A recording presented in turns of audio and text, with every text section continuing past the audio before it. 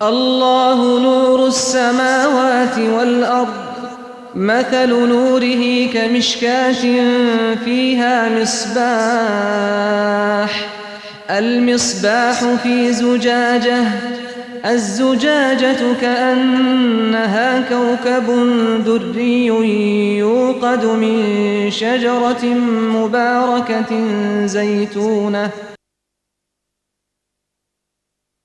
نحمده ونصلي على رسوله الكريم اما بعد فاعوذ بالله من الشیطان الرجیم بسم اللہ الرحمن الرحیم رب اشرح لي صدری ويسر لي امری واحلل عقدۃ من لسانی یفقهوا قولی۔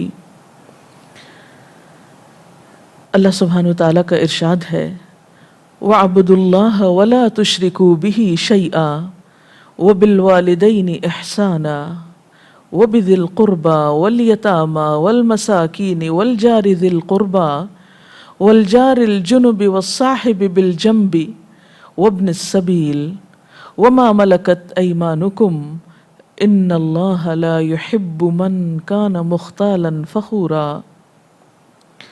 تم سب اللہ کی بندگی کرو، اس کے ساتھ کسی کو شریک نہ کرو، والدین کے ساتھ نیک برتاؤ کرو، رشتہ داروں، یتیموں اور مسکینوں کے ساتھ حسن سلوک کرو، اور پڑوسی رشتہ دار سے، اجنبی ہمسائے سے، پہلو کے ساتھی سے اور مسافر سے، اور ان لونڈی غلاموں سے جو تمہارے قبضے میں ہوں احسان کا معاملہ رکھو۔ یقین جانو اللہ کسی ایسے شخص کو پسند نہیں کرتا جو خود پسند ہو، متکبر ہو، فخر کرنے والا ہو۔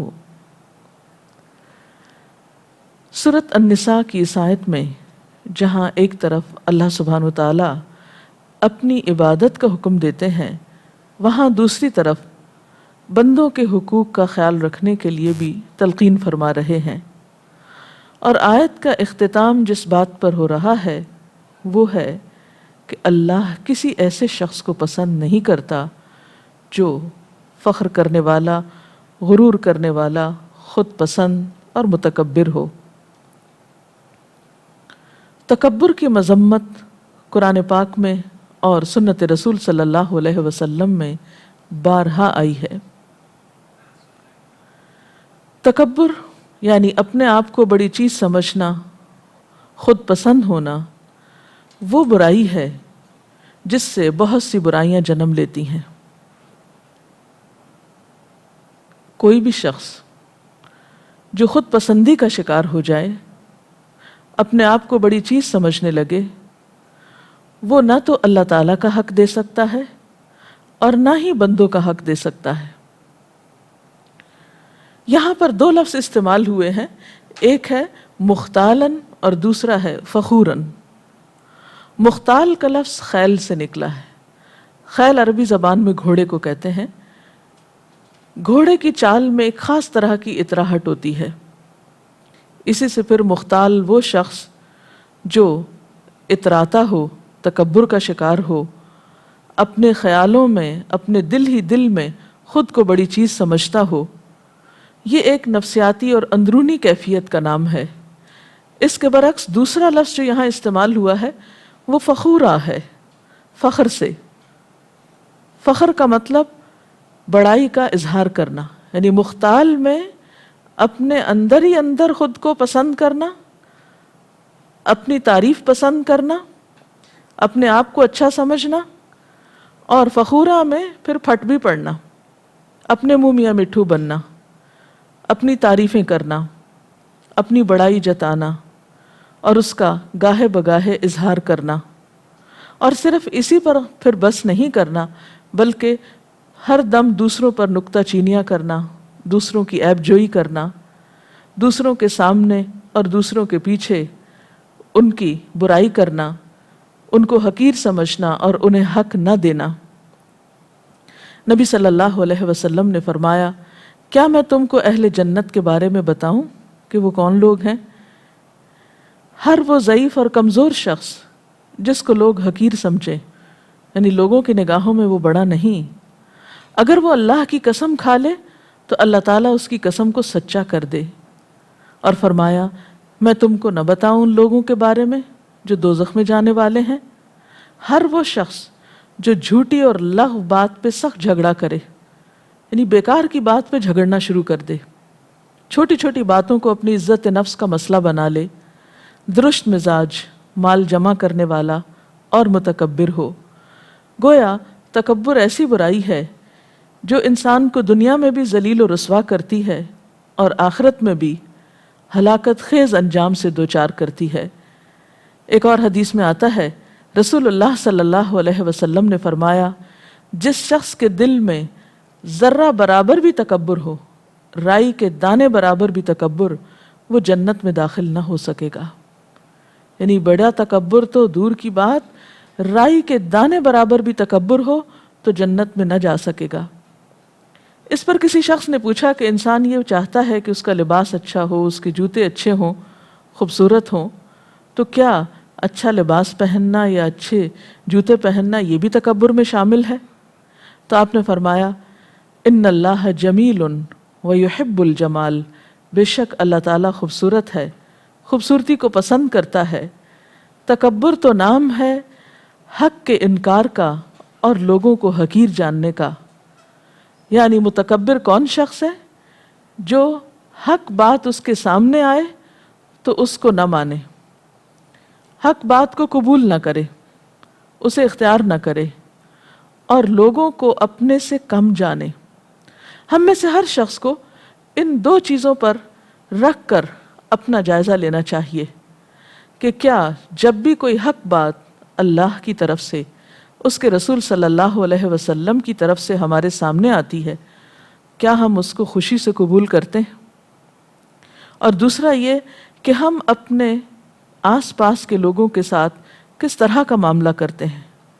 کیا ہم خود کو ان سے بڑا سمجھتے ہیں اور انہیں حقیر سمجھتے ہیں؟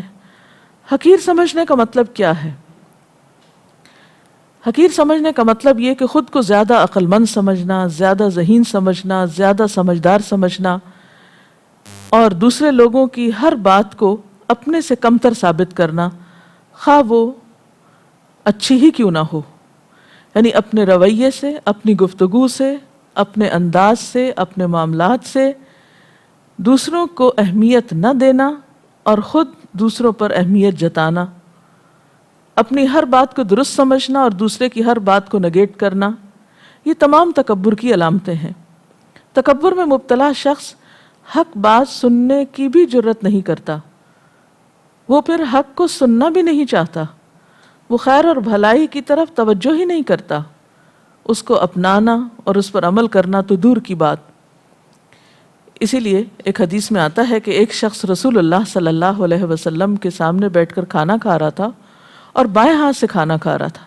آپ نے اس سے فرمایا کہ دیکھو دائیں ہاتھ سے کھانا کھاؤ۔ اس شخص نے کہا میں دائیں ہاتھ سے نہیں کھا سکتا، اور اس کا انداز اسی طرح کا متکبرانہ تھا، یعنی اس نے آپ صلی اللہ علیہ وسلم کی بات کو اہمیت نہیں دی۔ آپ نے فرمایا تجھ میں اس کی طاقت نہ ہو، یعنی کبھی نہ کھا سکو۔ اور اس کو آپ صلی اللہ علیہ وسلم کی بات ماننے سے صرف تکبر نے روکا تھا، اس لیے آپ صلی اللہ علیہ وسلم اس سے ناراض ہوئے، اور پھر راوی کا بیان ہے کہ وہ شخص مرتے دم تک کبھی دائیں ہاتھ سے نہ کھا سکا۔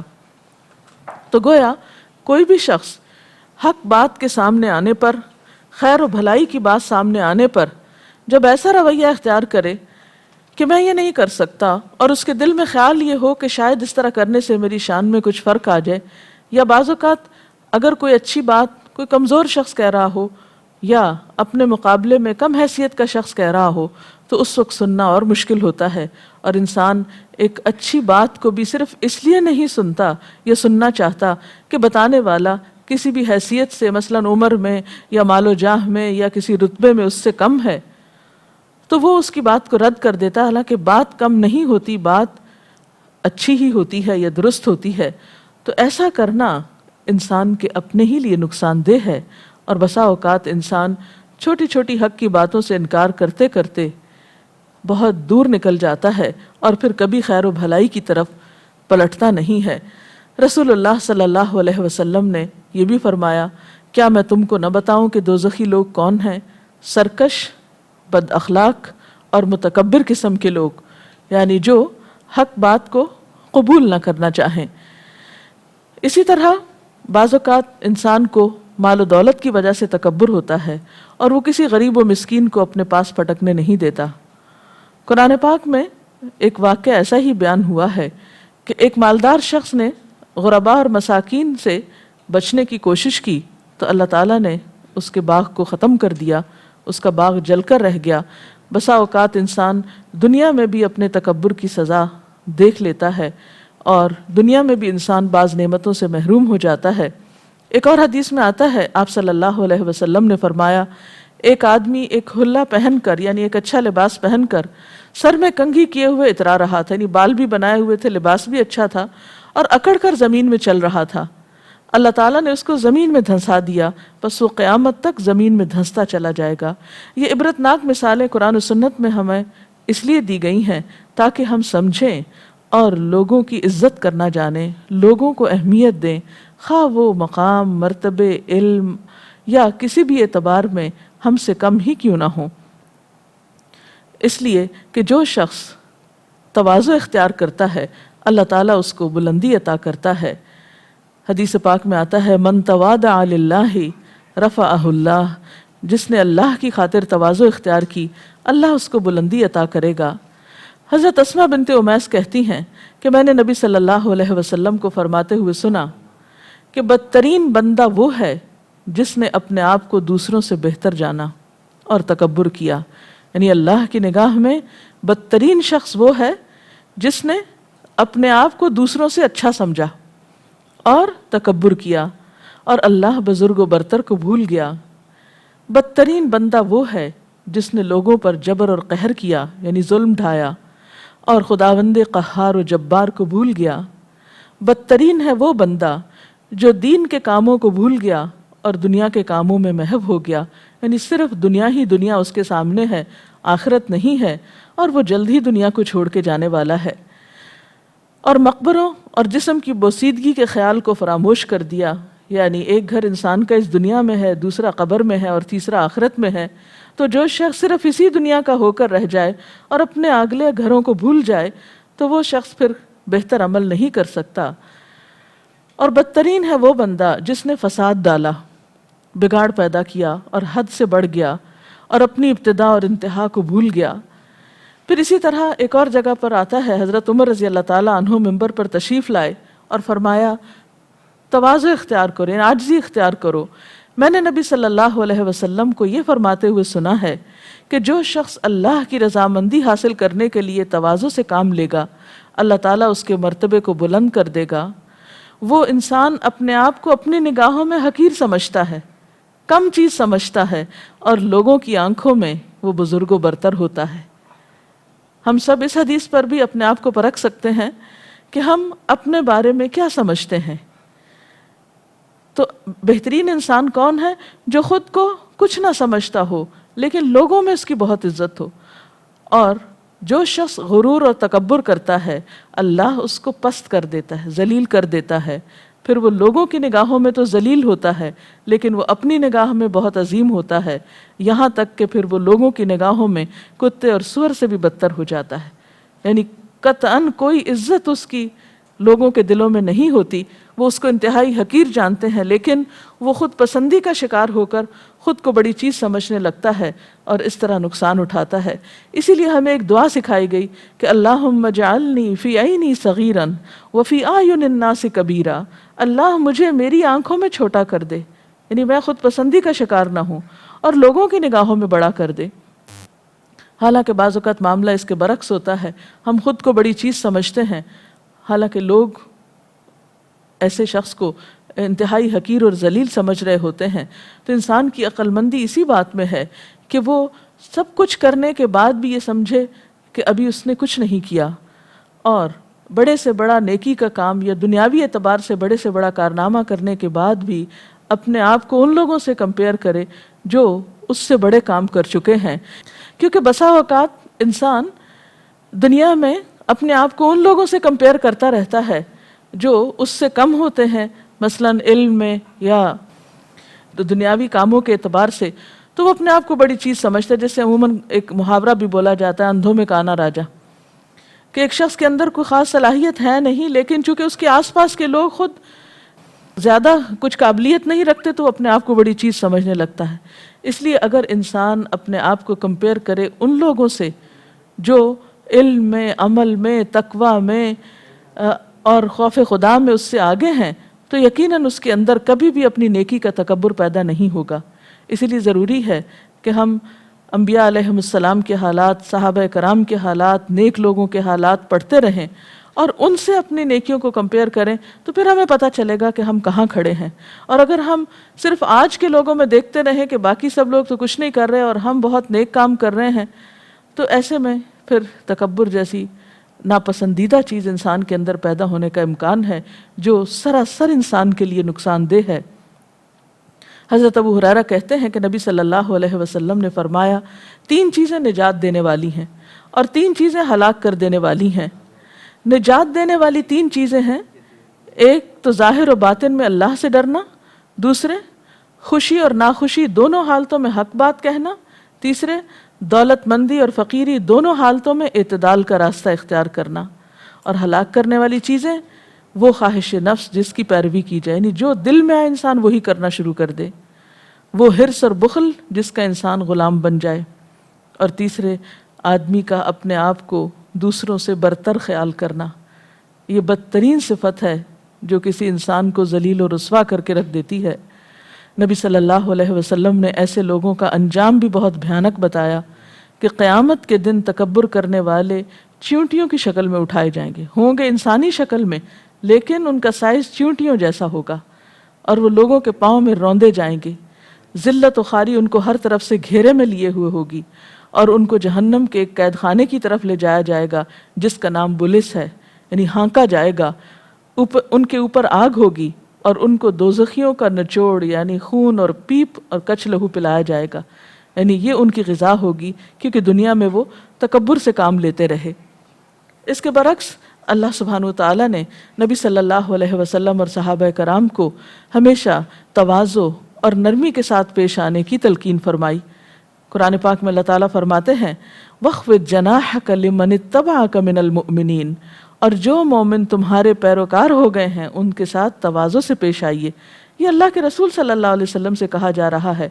اور اسی طرح اہل ایمان کے لیے بھی تواضع کی صفت نہایت پسندیدہ ہے، اور اس بات سے خاص طور پر روکا گیا ہے کہ کوئی شخص اپنی پاکیزگی کی حکایتیں بیان کرے یا اپنے آپ کو سچا ثابت کرے یا اپنی نیکی کے دعوے کرے.